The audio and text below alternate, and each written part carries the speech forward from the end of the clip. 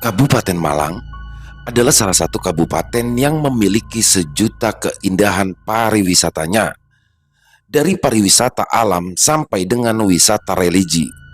Dan karena banyaknya destinasi wisata, hal itu membuat Bagas dan Amelia selalu menyempatkan waktu di akhir pekan untuk berlibur.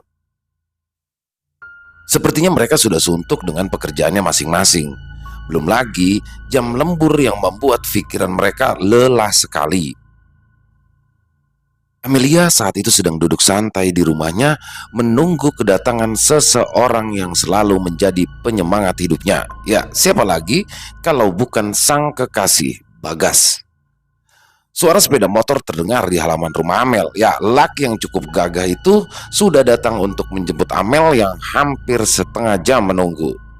Bagas ini terbilang lelaki yang sangat cuek dan ambisius. Namun, kedua sifat itu akan musnah jika ia sudah berada di dekat Amel.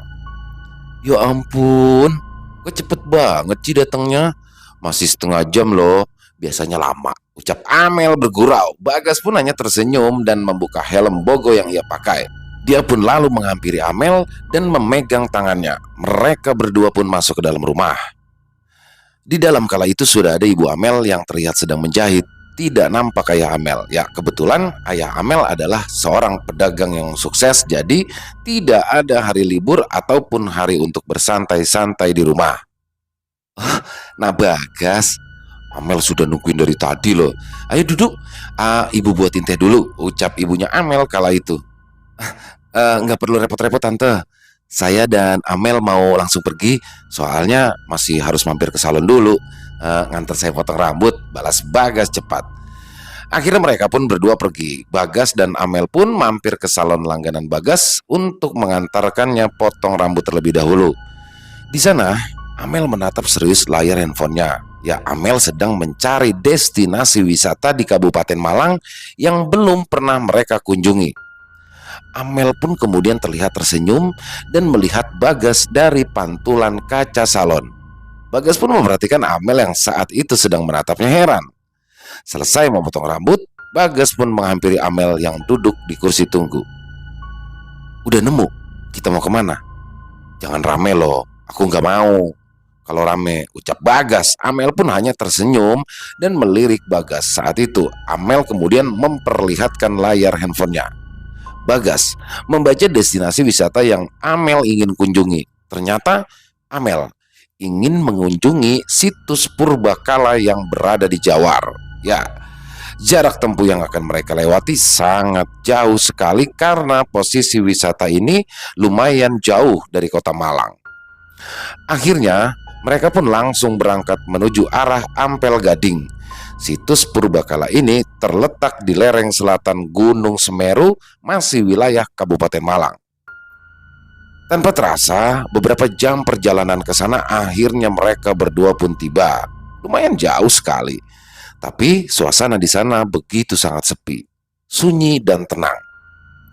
Amel pun mencoba memperhatikan sekeliling tempat itu. Ya, Amel merasakan jika kala itu seperti sedang diperhatikan oleh ribuan orang, namun hanya batinnya saja yang merasakan seperti itu. Matanya hanya melihat keheningan dan rumput liar yang terlihat bergoyang karena angin kala itu yang bertiup cukup syahdu. Bagas pun mencoba merangkul Amel dari arah belakang. Amel pun hanya tersenyum dan kemudian ia berjalan. Amel melepas rangkulan Bagas dan menoleh kepadanya. Mas, kok sepi banget ya? Apa nggak ada orang atau kuncennya begitu? Di gerbang depan tadi juga nggak ada orang sama sekali, sepi. Padahal kan ini hari libur ya, ucap Amel yang nampaknya mulai khawatir. Bagas pun hanya tersenyum dan memperhatikan wajah Amel sangat lama. Dirinya sangat heran karena baru kali ini Amel merasa gelisah dengan situasi yang seperti itu. Bagas sangat kenal betul Amel. Dia menyukai suasana sepi seperti ini. Ya, Bagas dan Amel memang sedikit menyimpan rahasia selama itu. Ada alasan yang mereka tutupi pada liburan akhir pekan mereka. Kita jalan-jalan aja dulu. Memang kenapa sih kalau sepi? Toh selama ini juga tempat seperti ini yang kita cari, ucap Bagas. Amel pun kemudian memperhatikan Bagas cukup lama dan berusaha membuang rasa gelisah itu. Namun tak bisa dipungkiri, Amel merasa tempat itu sangat aneh dan seolah-olah menyimpan tanda tanya yang besar. Amel dan Bagas pun berkeliling tempat itu dan melihat apa saja yang berada di sana. Kala itu mereka melihat gazebo dan sebuah pendopo yang cukup luas, sepi dan tidak ada orang sama sekali. Hanyalah mereka berdua saat itu yang ada di sana. Bagas kemudian mengajak Amel melihat sesuatu yang berada di ujung komplek itu. Ternyata di situ terdapat situs purbakala dan juga sebuah petilasan. Bagas dan Amel pun saling pandang dan mendekati tempat itu. Di sana terlihat sebuah situs yang sangat luas sekali. Batu-batu zaman kerajaan zaman dulu terlihat betul menumpuk dan memberikan pesan bahwa mereka merajai kisah sedari dulu di sana. Entah apa yang ada di pikiran Amel saat itu di sebuah tempat yang tidak dia ketahui kewingitannya. Amel dengan mudahnya naik ke tempat itu dan dia berjoget-joget seperti orang gila di atas situs tersebut. Tapi Bagas yang seharusnya melarangnya malah ikutan menari dan juga berjoget-joget sembari mengikuti Amel yang juga menari mengelilingi tempat itu. Tiba-tiba saja terdengar suara kentongan berbunyi secara cepat dan membuat mereka berdua kaget sejadi-jadinya. Ya, mereka melihat ke arah sumber suara kentongan itu, berusaha mendekatinya dan melihat apakah suara kentongan itu berasal dari orang yang jahil kepada mereka. Mereka pun berjalan ke sana, tapi belum sempat mendekat, sebuah tongkat kayu jatuh dengan sendirinya ke arah tanah. Bagas dan Amel tidak memperhatikan terlihat ada orang selain mereka di sana. Bagas pun memperhatikan bangunan yang mirip dengan pura orang Hindu. Suara kentongan itu berasal dari sana. Bagas melihat sebuah kayu yang menggantung di dalam pura itu. Bagas pun belum menyadari sesuatu bahwa di sana adalah tempat yang sangat sakral. Karena Bagas dan Amel mulai tegang dan juga jenuh, akhirnya Bagas pun mengajak Amel ke arah gazebo. Masih tidak terlihat akan kehadiran juru kunci dan juga orang yang menunggui area itu. Hal itu menjadi momen yang bagus bagi mereka berdua yang sedang dihujani perasaan cinta. Hingga mereka berdua pun tidak menyadari bahwa tindakan yang akan mereka lakukan adalah awal dari malapetaka bagi mereka. Di dalam gazebo, Bagas dan Amel pun melakukan tindakan terlarang. Sepasang insan yang sudah dibutakan oleh cinta, Bagas dan Amel tenggelam dalam situasi itu hingga mereka tidak ingin tahu dan mengerti bahwa tindakan terlarang mereka telah membuat marah penghuni tempat itu. Tak lama kemudian, Bagas terlihat sedang memasang kancing celananya dan Amel mulai merapikan rambutnya yang terlihat acak-acakan. Sembari menunggu Amel berdandan, Bagas pun mencoba berjalan ke tempat yang membuatnya penasaran. Sebuah tempat yang ditutupi oleh kain merah dan banyak sekali taburan bunga di bawahnya. Berjalanlah Bagas menuju ke arah tempat itu. Ternyata Bagas baru menyadari jika dirinya sedang berada di tempat yang sangat keramat. Sesuatu yang membuat dirinya penasaran saat itu adalah sebuah petilasan. Dia tidak mengerti petilasan apa itu, hingga terdengar suara yang berasal dari arah belakangnya. Itu petilasan dari Eyang Begawan Padmonoko. Orang-orang biasa menyebutnya Syekh Subahir. Ucap laki-laki yang terlihat membawa tumpukan ranting di atas kepalanya. Bagus pun menoleh dan tersenyum kepada beliau. Ternyata beliau adalah Mbah Linggar, pakuncen tempat itu. Beliau pun menjabat tangan Bagas dan berkenalan dengannya. "Perkenalkan, saya Mbah Linggar, juru kunci di tempat ini. Adik sudah dari tadi di sini. Kebetulan saya sedang pergi mencari ranting sebentar," ucap Pak Linggar dengan ramah. Bagas pun membalas salaman itu dan kemudian Pak Linggar membawa Bagas berkeliling dan menjelaskan semua yang berada di tempat itu. Di gazebo, kala Amel sedang berdandan seperti umumnya perempuan, peralatan make up pun tidak boleh ketinggalan dari dalam tasnya. Dia pun mencoba memakai bedak dan melihat wajahnya dari cermin tempat bedak yang kala itu ia bawa. Dan saat sedang berkonsentrasi dandan, Amel tiba-tiba mendengar suara bisikan yang ramai sekali dari belakang dirinya duduk. Amel pun kemudian menoleh dengan cepat ke arah belakang, akan tetapi tak ada apapun di sana selain dirinya. Gazebo itu bertembok kayu, jadi suara sekecil apapun akan memantul dan terdengar olehnya. Mungkin saat itu Amel kelelahan dan dirinya menjadi gampang halu oleh hal-hal sekitarnya. Akan tetapi ketika ia mulai bercermin lagi, terlihatlah sebuah kain yang nampak di belakang kepalanya. Amel curiga dan menoleh sekali lagi ke arah belakang, namun ia tidak menemukan apapun. Karena dirasa dirinya mulai lapar dan juga sudah melihat hal-hal yang aneh, akhirnya ia pun bergegas untuk segera memakai bedak dan pergi dari tempat itu. Ketika dirinya hendak memakai bedak, tiba-tiba suara itu sangat jelas sekali terdengar lagi. Amel yang sudah mulai kesal dan sekaligus penasaran akhirnya mengarahkan kaca ke arah belakangnya.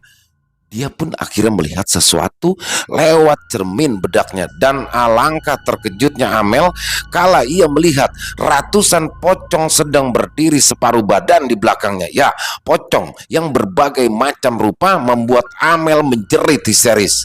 Di lain tempat, Bagas yang tenggelam dengan penjelasan Pak Linggar mengenai tempat itu sangat tertarik sekali. Nah, ini namanya Linggayoni, Mas. Dulu dipakai sama putra kerajaan untuk belajar. Nah, di sana itu namanya balai kulkul, kentongan yang dipakai saat akan melaksanakan sembahyang saat bulan purnama untuk umat Hindu. Nah, di sana ada patung singa, itu namanya Singojoyo. Masih ada lagi di atas, Mas. Ada 3 tempat di sini. Yang di sini itu kahyangan. Nomor 1 lagi kahyangan, yang nomor 2 dan 3 itu ada di atas. Jelas Pak Linggar kepada Bagas. Bagas pun sangat tertarik dan sudah merasa bersalah atas kejadian yang tadi ia lakukan di tempat sesakral ini. Terdengar suara jeritan Amel saat itu. Pak Linggar dan Bagas pun kemudian berlari menuju Amel yang saat itu masih berada di gazebo. Pak Linggar dan Bagas menemukan Amel kala itu dengan kondisi yang histeris, ketakutan, dan wajahnya pun pucat. Mengetahui hal itu, Bagas segera membawa Amel untuk pulang. Sebelum pergi, Bagas pun memberikan sedikit hadiah kepada Pak Linggar, hitung-hitung dibuat uang rokok. Di sepanjang perjalanan, Amel hanya terdiam. Bagas pun memperhatikan dari kaca spion. Kadang Amel terlihat berbicara sendiri seperti tidak jelas. Perasaan Bagas pun saat itu mulai aneh lantaran sepeda motornya terasa sangat berat, seperti sedang membonceng beban yang sangat berat saat itu, namun hanya Amela yang berada di belakangnya. Hari pun berlalu, ada kabar kurang enak dan membuat Bagas menjadi khawatir akan kondisi Amel. Ya, sudah seminggu ini Amel tidak mau makan dan minum. Amel hanya bisa tertidur sampai malam. Jika sudah malam, Amel seperti orang yang linglung. Terkadang dia menari-nari sendirian seperti orang yang sedang menyinden. Terkadang Amel bertingkah seperti monyet, memakan makanan seperti orang yang rakus. Bagas pun setiap hari menjenguknya dan selalu menemaninya ketika Amel sudah bertingkah seperti itu. Hingga suatu ketika di malam hari sekitar jam 1 dini hari, Bagas menginap di rumah Amel. Karena saat itu hari libur, jadi Bagas pun meluangkan waktu untuk merawat Amel full seharian. Bagas saat itu terlelap di sofa depan televisi. Remote yang masih berada di tangannya pun terjatuh dan membangunkannya dari tidurnya. Bagas kemudian duduk dan mematikan TV. Entah apa yang terjadi, Bagas saat itu mendengar suara potongan tulang muda yang dikunyah oleh gigi. Ya, suara lahap makan seseorang yang memakan sesuatu dari arah dapur. Bagas berjalan dengan sempoyongan karena dirinya saat itu baru bangun tidur dan masih sangat mengantuk. Lampu dapur ia nyalakan, akan tetapi dia kala itu tidak melihat seseorang pun berada di sana. Suara kunyahan itu sangat jelas sekali ia dengar, hingga dirinya pun membungkuk mencoba mencari tahu apa yang terjadi. Dan alangkah terkejutnya Bagas karena kala itu ia melihat Amel yang sedang berjongkok di bawah kursi makan dan sedang melahap sesuatu. Bagas kemudian muntah sejadi-jadinya lantaran ia melihat Amel sedang memakan tikus dan mengunyahnya di hadapan Bagas. Sejak kejadian itu, Bagas kemudian merasa aneh. Sudah berbagai cara ia lakukan oleh keluarga untuk mengobati Amel. Namun tetap saja Amel sehat dan tidak ada penyakit apa-apa di dalam tubuhnya. Sempat ayah Amel bertengkar dengan tetangga karena tetangga menyarankan jika Amel dibawa saja ke rumah sakit jiwa. Hal itu membuat perasaan ayah Amel hancur lantaran ia tidak terima jika anak kesayangannya dikatakan gila. Hingga Lukman, salah satu teman ayahnya, memberikan saran agar Amel dibawa ke orang pintar saja, ya hanya untuk mencari tahu mengapa Amel seperti itu. Akhirnya Amel pun dibawa ke salah satu tempat di selatan Kabupaten Malang, yaitu rumah Mbah Gino. Bagas juga ikut saat itu. Dia tidak meninggalkan Amel. Sesampainya di rumah Mbah Gino, Amel menjerit histeris. Telinganya mendengung sangat keras sekali. Dirinya menjerit dan terus menjerit kesakitan hingga kemudian mata Amel berubah menjadi abu-abu dan lidahnya menjulur seperti lidah ular. Bagas, ibu dan ayah Amel menuntun Amel berjalan pelan ke dalam rumah Mbah Gino. Di dalam rumah Mbah Gino sudah keluar dengan membawa janur kuning. Mereka bertiga tidak mengerti dan awam untuk hal seperti itu, jadi ya mereka mengikuti saja alur yang sudah ada. Kemudian Amel dengan sekuat tenaga pun mencoba untuk menyerang Mbah Gino. Mbah Gino yang membawa janur pun kemudian memukul pelan kepada Amel menggunakan janur tersebut. Amel kemudian tertunduk dan terdiam. Sepertinya kamu penunggu tempat keramat. Coba sebutkan asalmu dari mana. Di sini kemudian Amel tertawa melengking. Angin besar kemudian datang dan menerpa mereka. Kemudian suara kuntilanak yang mengikik bersamaan muncul tak bersosok. Mereka yang berada di sana pun kebingungan dengan apa yang terjadi. Mbah Gino mencoba membawa sesajen yang berisikan bunga-bunga dan pisang di sebuah nampan kecil. Kemudian angin itu pun meredup, menyisakan Amel yang masih pada kondisi kerasukan tersebut. Anak ini sudah melanggar aturan. Tidak sopan, melakukan perbuatan yang dilarang di tempatku. Tempat suciku kotor karena perbuatan anak ini. Sukmanya akan menjadi pengganti untuk menebus dosa-dosanya. Anak ini harus tanggung jawab. Mendengarkan kalimat itu, semua orang memandangi Bagas. Ya, mereka yakin bahwa mereka berdua sudah melakukan sesuatu yang sangat tidak pantas di tempat itu. Bagas yang merasa sangat menyesal kemudian berlari dan memeluk kaki Amel. Maaf, saya hilaf. Saya melakukan perbuatan tersebut.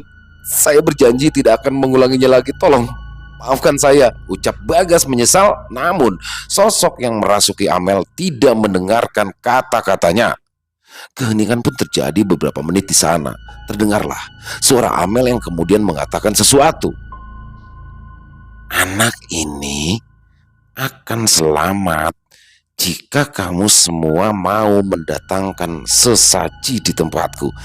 Mendengarkan hal itu, kemudian mereka pun merencanakan hari di mana akan mengantarkan sesajen tersebut. Tibalah hari di mana mereka ke lokasi di mana mereka melakukan itu. Bagas memberitahu bahwa tempat itu adalah posisinya di bawah kaki Gunung Semeru. Semuanya sudah siap. Amel masih dalam kondisi setengah sadar. Berangkatlah mereka dan kemudian beberapa jam mereka pun tiba di tempat itu. Amel kemudian membelalakan matanya. Dia kemudian berjalan sambil terus menari menuju ke salah satu tempat, yaitu situs Linggayoni. Mereka yang ikut hanya bisa berjalan di belakang Amel dan terus mengikuti arah tujuannya. Setelah di depan situs Purbakala, Amel belum juga sadar. Dia mengelilingi tempat tersebut kemudian unjuk salam hingga saat berada di petilasan Begawan Patmonogo, Amel pun terjatuh dengan sendirinya.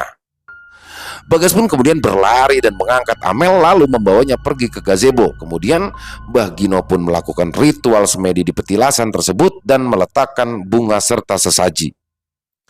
Amel pun siuman dan kemudian memeluk Bagas dengan sangat erat. Dirinya masih merasakan ketakutan yang amat sangat besar. Di tempat tersebut, mereka berdua pun meminta maaf kepada Pak Linggar selaku juru kunci di sana dan juga kepada orang tua Amel. Setelah Mbah Gino selesai dengan acaranya, mereka semua pun kembali. Namun Amel di sini sangat terkejut saat hendak meninggalkan lokasi. Ya, Amel melihat ratusan orang berjejer di tangga dan di depan sendiri terdapat perempuan yang sangat cantik sekali sedang memakai kebaya berwarna hijau dan bermahkota. Bermahkotakan burung merak, rambut yang panjang membuatnya semakin menampakkan jati diri yang sesungguhnya. Perempuan itu kemudian menabur bunga, semacam melepas Amel dari tempat itu, dan di waktu yang bersamaan Amel merasakan sakit yang luar biasa pada perutnya. Kemudian darah segar mengalir deras melewati kakinya.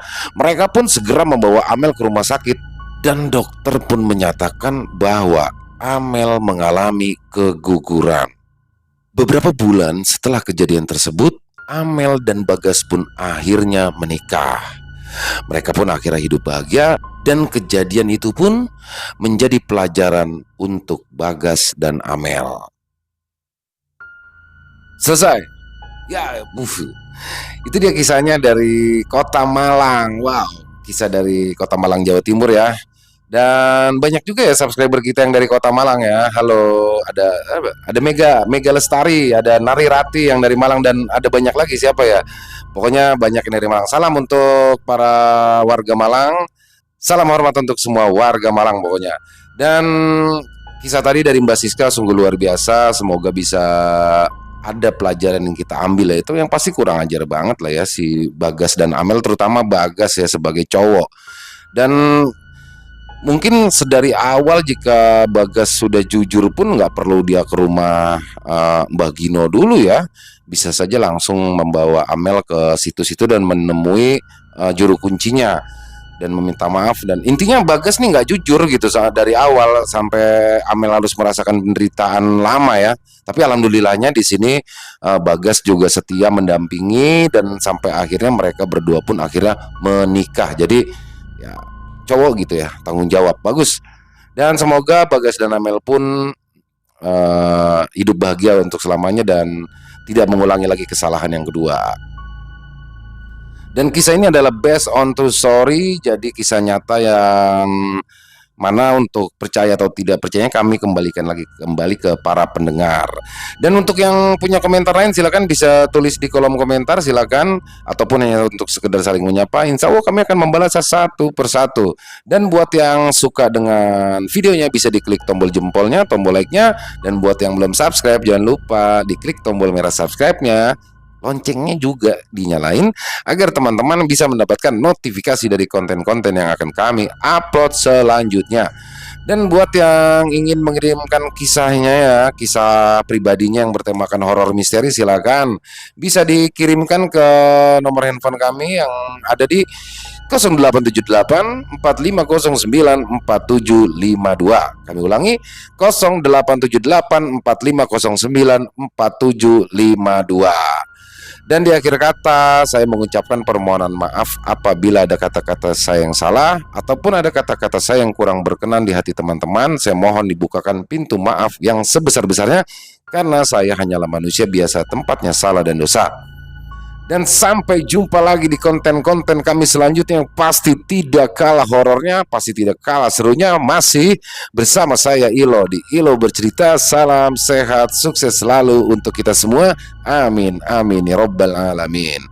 Wassalamualaikum warahmatullahi wabarakatuh.